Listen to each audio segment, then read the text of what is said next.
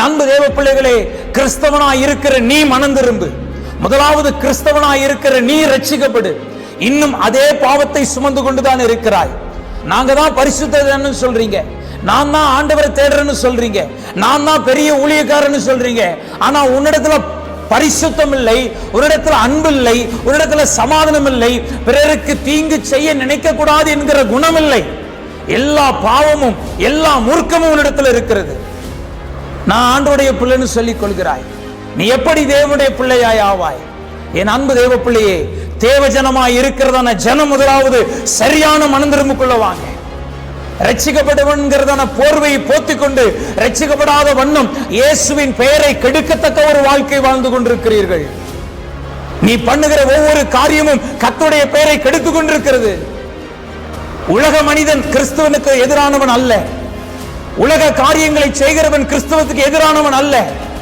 ஆண்டவருடைய சமூகத்தில் இருந்து தேவனுடைய ஜனம் என்று சொல்லிக் கொண்டு இன்னும் சரியான ரட்சிப்புக்குள்ள வராமல் தேவனுக்கு விரோதமாகவும் ஊழியத்துக்கு விரோதமாகவும் சபைக்கு விரோதமாகவும் ஆண்டவருடைய வார்த்தைக்கு விரோதமாகவும் செய்கிறவன் தான் நீதான் கர்த்தருக்கு விரோதமான ஜனம். என் அன்பு தேவ பிள்ளையே, தேவஜனம் முதலாவது சரியாய் ரட்சிக்கப்பட வேண்டும்.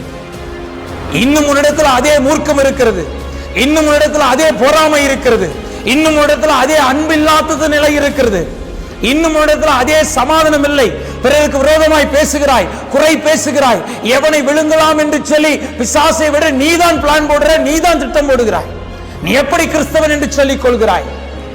எப்படி உன் மேல ஆண்டவர் கிருபையாய் இருப்பார்? என் அன்பு தேவ பிள்ளையே, ஆண்டவருக்கு ஏற்ற ஒரு வாழ்க்கை வாழுங்கள்.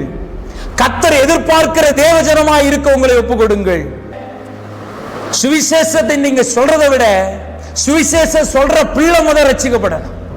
இன்னைக்கு நான் ஊர் ஃபுல்லா சுவிசேஷம் சொன்னேன், அங்க இயேசுவின் அன்பை நான் போதிச்சேன், இங்க இயேசுவின் அன்பை போதிச்சேன். முதல்ல நீ இயேசுவின் அன்புக்குள்ளா இருக்கிறாயா?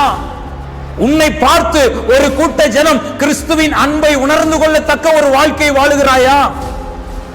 கிறிஸ்தவனா இருந்து கொண்டே அதே போராமை, அதே விரோதம், கிறிஸ்தவனா இருந்து கொண்டே பிறருக்கு விரோதமாய் பேசுகிற நிலைப்பாடு, பிறனுக்கு விரோதமாய் முறுமுறுக்கிற நீ எப்படி சொல்லிக் கொள்கிறாய் நான் ரட்சிக்கப்பட்டவன் என்று சொல்லி?